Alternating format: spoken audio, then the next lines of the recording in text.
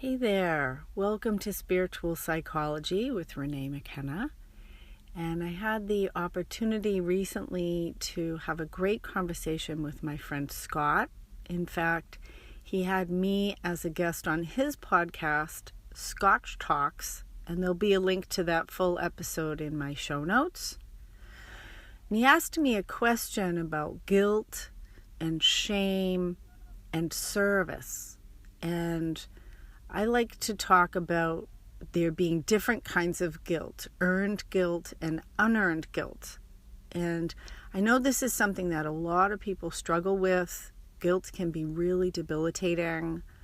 I had a lot of struggle with guilt many, many years in my life. And after a lot of contemplation and inner work, I think that I'd like to share with you some of my thoughts about that and what we can do about it. So I hope that this is helpful to my listeners, and I think you'll enjoy the conversation between Scott and I about guilt, shame, and service. Now that I'm sober, a year and a half, now that I have amazing people around me, now that I am walking into my own definition of God, spirituality, etc., I look around at what I do have, and also living a life of gratitude. I look at what I have, and it's easy to compare myself in San Francisco. You drive down the street, you see 70 people all sleeping out in the rain. Like, it's really bad. I look at what I have. I have a house. I don't have a house. That's a lie. I have a room in the house. I wish I had a house sometime. I have a car. I have amazing people by my side who support me. I have so many different communities. And this just started a year and a half ago when I decided to get sober. Beautiful, beautiful people. And like the quote unquote gifts of this life that I'm living are here. And a part of me feels guilt and shame for that. Driving down the street in San Francisco, 70 people on one block. No, that's a lie. 13 people on one block, all with their pants down by their ankles and sleeping in the rain. How is it that I can have these things? I don't know really what my question is, but it's like I feel guilt. What's the guilt? The guilt that I have this and they don't. Like this like privileged guilt for some reason. And so at all, do you feel that? Or have you had experience with people who have felt this? And like, what are ways to not feel that guilt, I guess, or shame, right? You know, there's a work that I love. It's called The Path Work, and I refer to it frequently. It actually opened me to the idea of channeled material, which I had never been open to before. It's a series of about 250 lectures that were channeled through this woman, Eva Periakos, from the 1950s to the 1970s. It's available free online, The Path Work, thepathwork.org. It's very similar to Allies and Demons work. I really have come to believe what the Path Work Guide says, which is that the circumstances of our life are not coincidental. Okay. And that on a soul level, we have agreed to the circumstances of our life in a way that our conscious mind, our ego self, wouldn't understand and doesn't understand. And that on some, I don't necessarily think life is a school, but I think that we do agree to come here to do work. I do think this is a place that we do work and evolve. Or not. And so, you know, people's race, people's culture, people's religion, people's, you know, birthplace of origin, their socioeconomic status, like that, I don't think that's coincidental on a soul level. Again, I believe in the continuity of the soul, which gives it a really different, it's a different perspective, right? So this isn't the only time through. There's been lots of times through. Is that what you mean by the continuity? Yes. So I believe in multiple lives. Okay. I mean, in that way, I'm very Buddhist, that I believe that ultimately we do this until we get enlightened and merge with the Godhead or the divine, and don't need to do this anymore. If I'm here and I have a body, I got problems I got to work through. That's, so even the enlightened ones, I don't have that much faith in, because if you got skin on and 2 legs, there's still stuff you're working out. I never lived on the street. I've been homeless more than once, as in not having a home.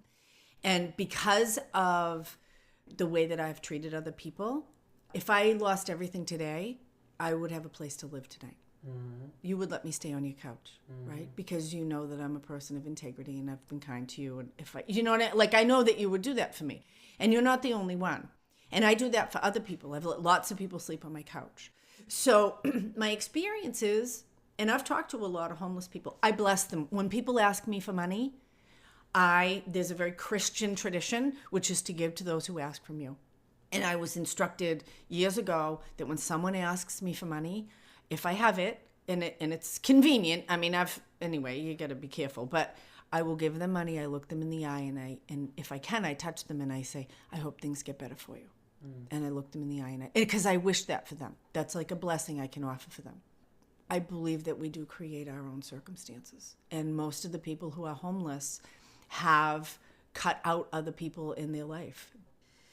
I have a very good friend who was homeless for 3 years, totally by choice. It was like one of the most amazing periods of time of his life. Now, I'm not going to say all homeless people are happy about being homeless, but I do know quite a few that it was absolutely a choice. And it was a positive choice for them to live in the park in a tent. And so, because they could live however they wanted, no rules. So I really reserve my own projections on what anybody's reality is. There's a lot of mentally ill people who would prefer to be out on the street rather than having to be medicated 24/7 and be strapped down to a bed. We each have our own path, and we don't really get to know what another person's path is.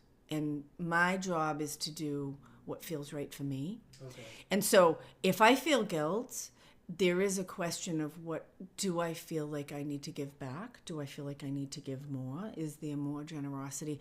I do a tremendous amount of service in the world. I mean, my life is dedicated to service. I think because of that, I know I'm doing the right thing for myself.